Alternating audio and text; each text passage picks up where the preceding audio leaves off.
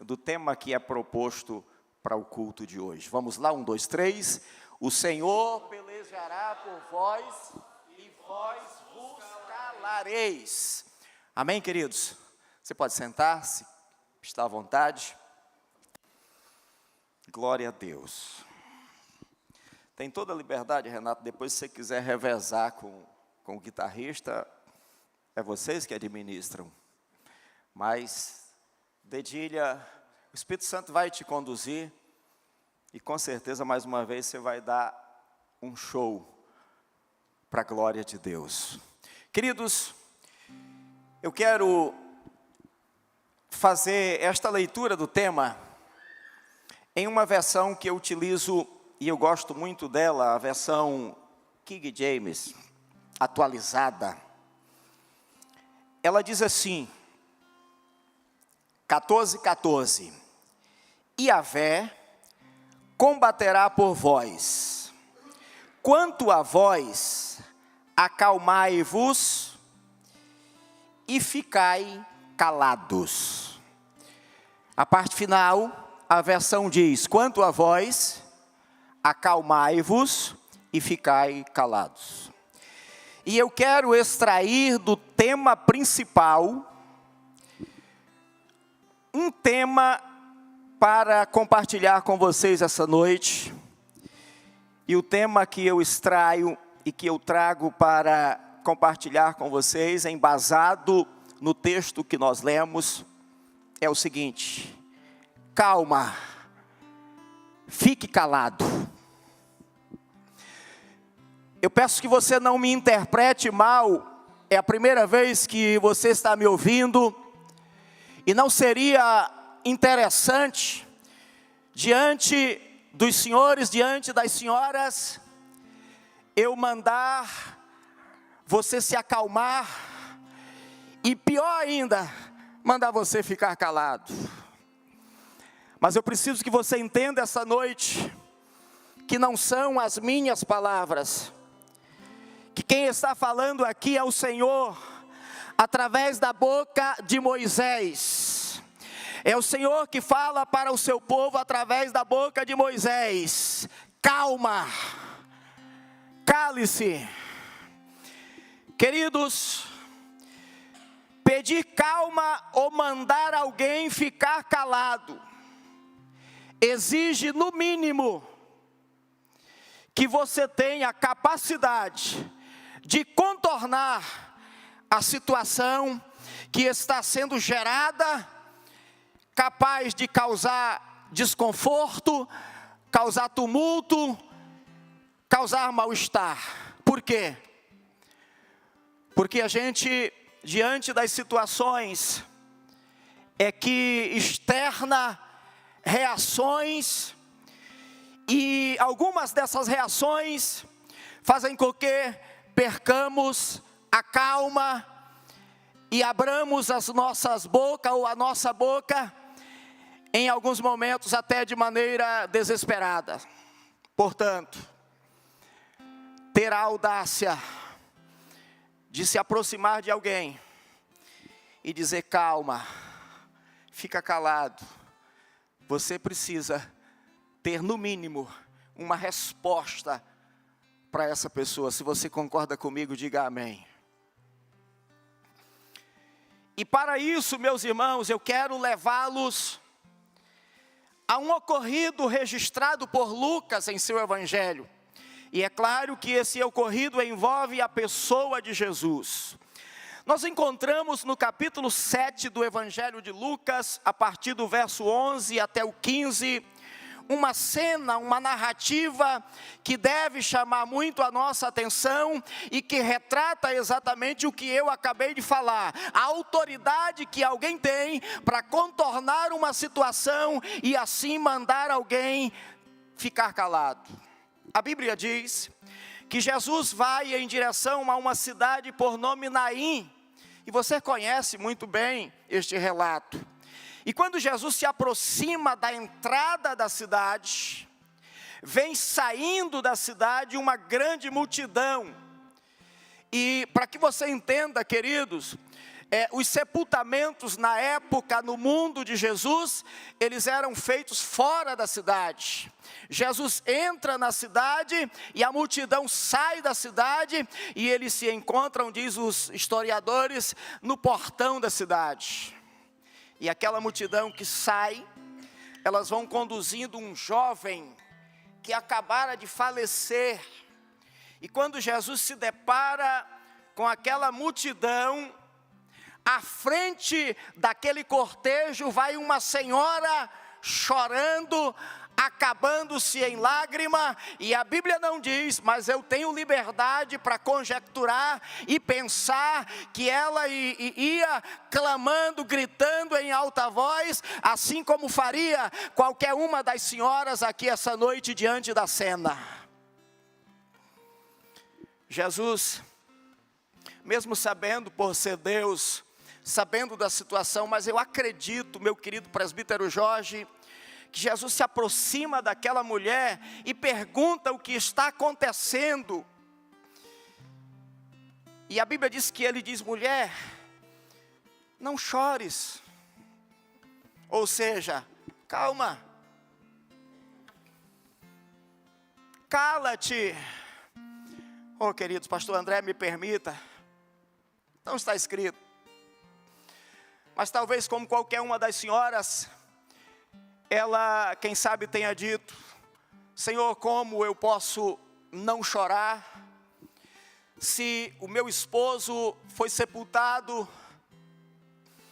há alguns dias atrás, alguns meses ou anos atrás, e a única alternativa de sustento, de companhia, de consolo que eu tinha, está sendo levada para sepultar também agora. E diz a Bíblia, queridos, que Jesus toca na urna, na maca, a Bíblia chama esquife, na maca onde aquele jovem era transportado. Ele não toca, a Bíblia não diz que ele não toca especificamente no jovem, toca apenas na maca. E de repente aqueles que vão conduzindo param. Eu quero crer, pastor André, que ao conduzi-los, ao Jesus tocar, aquele jovem se movimenta em cima da maca e eles percebem que alguma coisa é anormal. Anormal por quê? Porque não é normal um morto se mexer, você concorda comigo? Não é normal. E eles param, e ao pararem, Jesus fala com ele, manda levantar e devolve a sua mãe. Amém, queridos? Vocês estão entendendo? Entendem então o porquê que eu falei que quando alguém se aproxima e manda calmar e calar, no mínimo, ele tem uma alternativa. No mínimo, ele pode resolver a situação. Vamos voltar então para o texto. Moisés, ao pedir calma para o povo, para a multidão que o acompanhava, que o seguia em direção a Canaã, queridos, isso demonstra da parte dele uma confiança em Deus. Mas ao mesmo tempo, meus irmãos, eu sou capaz de afirmar, e são os meus pensamentos que me levam a isso, pastor André, que Moisés, ele está inseguro do que ele iria fazer. Mas como líder, como alguém que tinha a responsabilidade de conduzir, de emitir uma palavra de conforto, uma palavra de segurança, ele se dirige ao povo e diz: calmem, calem-se. Mas dentro dele, ele estava clamando. E o porquê que eu digo que Moisés talvez não tivesse a segurança, a certeza do que ele iria fazer? Por quê? Porque no versículo 15, versículo seguinte, o Senhor chega para ele e diz: Moisés, por que clamas a mim? Está errado? Não está, irmãos. Não está errado, ainda que você não saiba como vai resolver a situação, como a resposta virá, mas de uma coisa nós precisamos ter convicção, é liberar uma palavra de autoridade. E enquanto liberamos a palavra, clamamos ao Senhor e Ele nos traz a direção. Amém?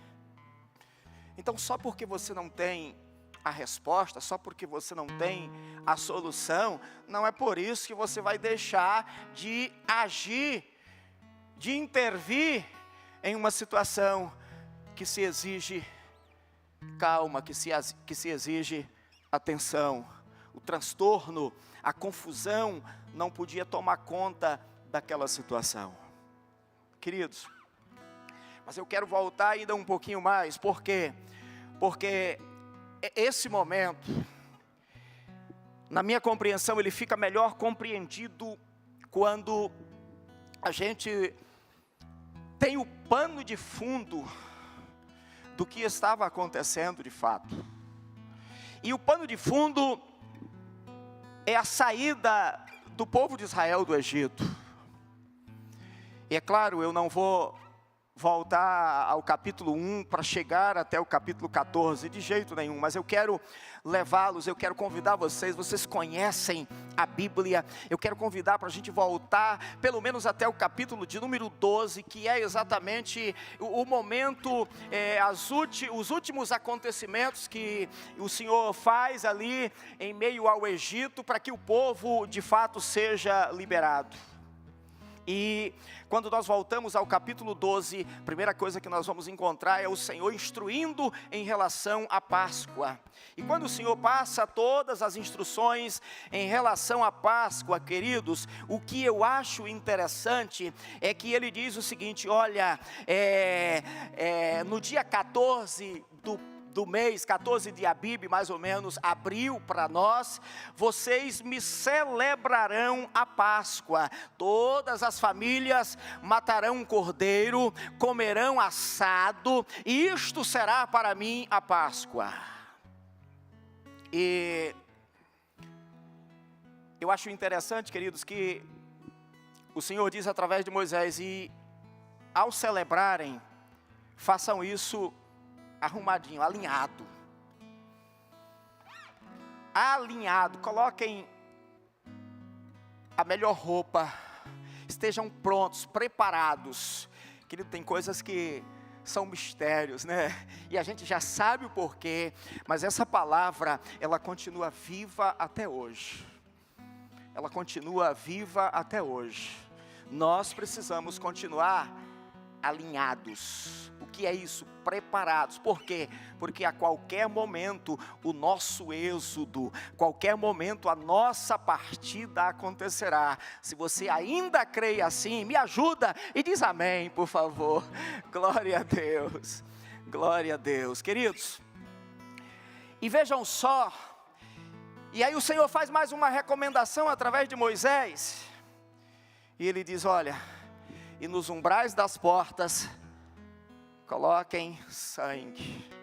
Queridos, e a gente vai estudar um pouquinho, e é interessante a gente conhecer um pouquinho da cultura, porque no momento que a gente conhece a cultura do povo, a cultura da região, parece que a gente entende melhor o que a Bíblia está querendo nos dizer. O senhor concorda?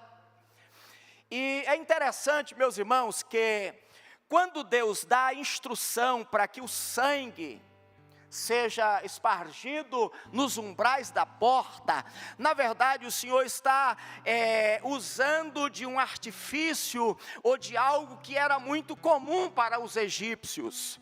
Dizem os historiadores da cultura egípcia que os egípcios, eles, assim como nós, eles acreditam piamente na vida após morte. A única diferença é que essa vida após morte deles não está fundamentada em Jesus, da maneira como nós cremos. Mas eles acreditam tanto que dizem os historiadores que as suas casas eram simples, eram comuns. Por quê? Porque ao invés de investir fortuna nas suas casas, eles investiam nas suas tumbas, nos seus túmulos. O túmulo, esse sim, era pomposo.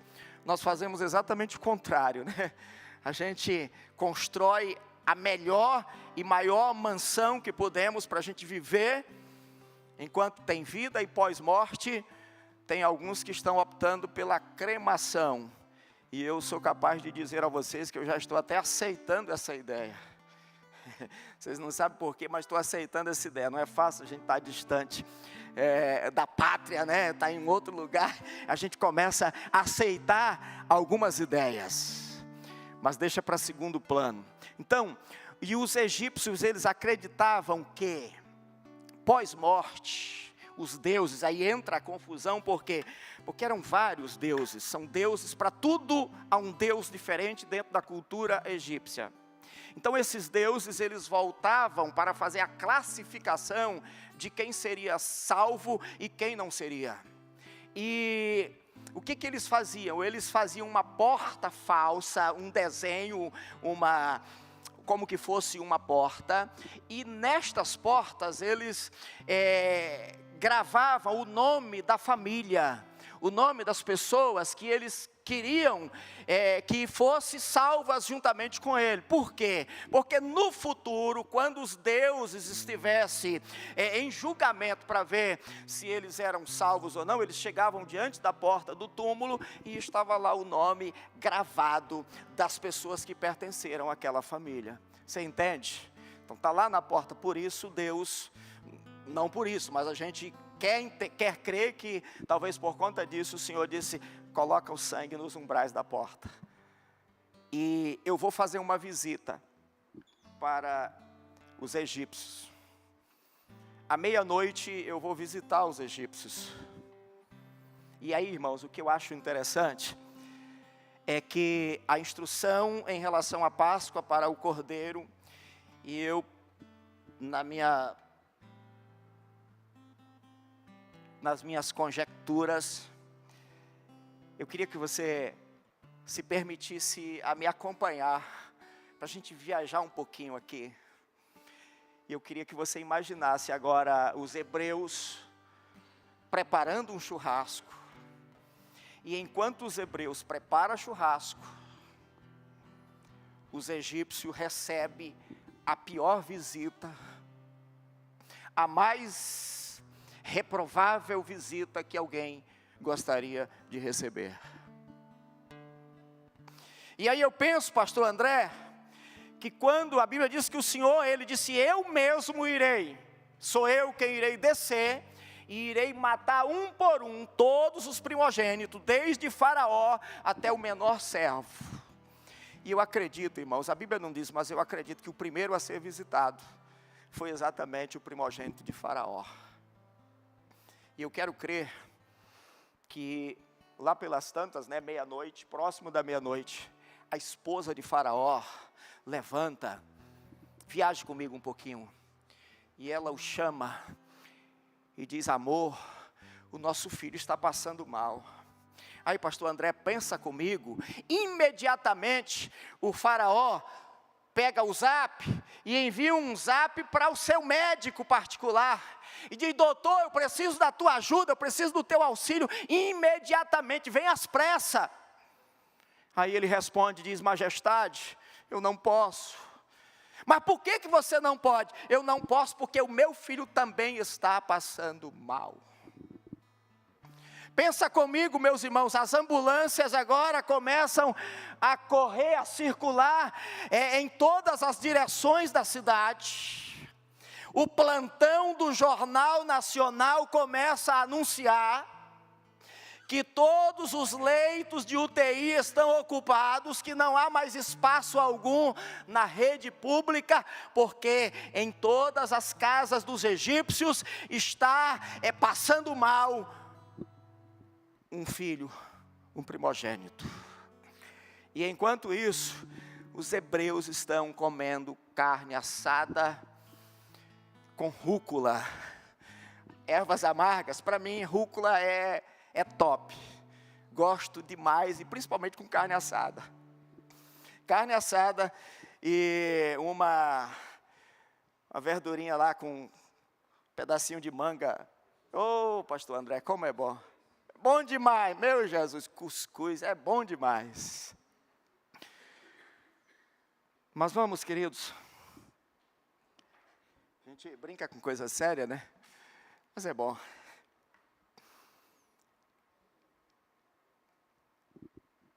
E de repente,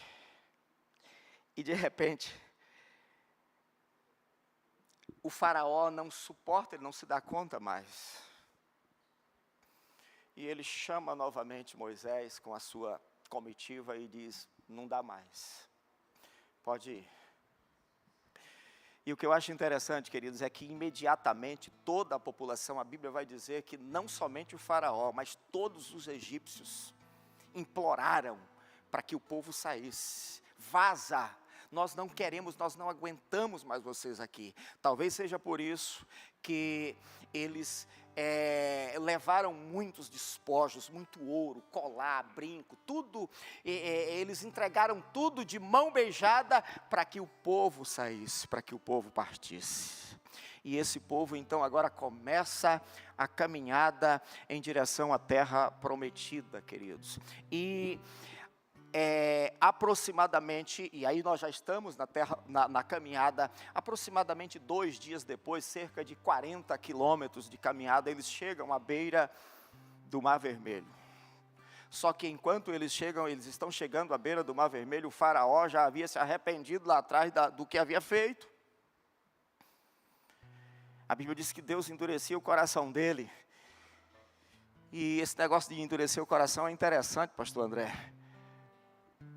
O que é interessante é que dentro da cultura egípcia, o faraó, ele alimentava uma ideia de que ao ter o seu corpo mumificado, ele podia tirar o coração de carne e colocar lá dentro um coração de pedra. Por quê? Porque no dia do seu julgamento, os deuses que fariam os julgamentos, o coração de carne, segundo eles, é quem entregava os pecados, entregava as falhas, entregava as culpas.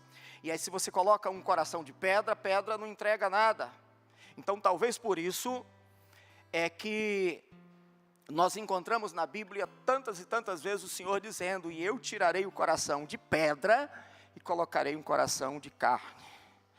Exatamente, para que os egípcios entendessem que o que ele estava fazendo, na verdade, era tão somente levando o faraó à consciência de que tudo o que ele fazia não passava de meras ilusões. Queridos, então o faraó arrepende-se e vai. E ao se aproximar daquela multidão de pessoas, ao se aproximar daquela multidão de gente, eu imagino o deserto, a poeira sobe, o barulho das carruagens vai muito além. E é exatamente agora, exatamente nesse momento, exatamente nesse cenário, que aquela multidão entra em pânico. E eu queria que você pensasse comigo, será que todos entraram em pânico? Eu acredito que não. Eu acredito que não. Não são todos. Tem sempre alguém que segura firme, não é verdade? Tem sempre alguém que segura firme, mas a maioria entra em pânico.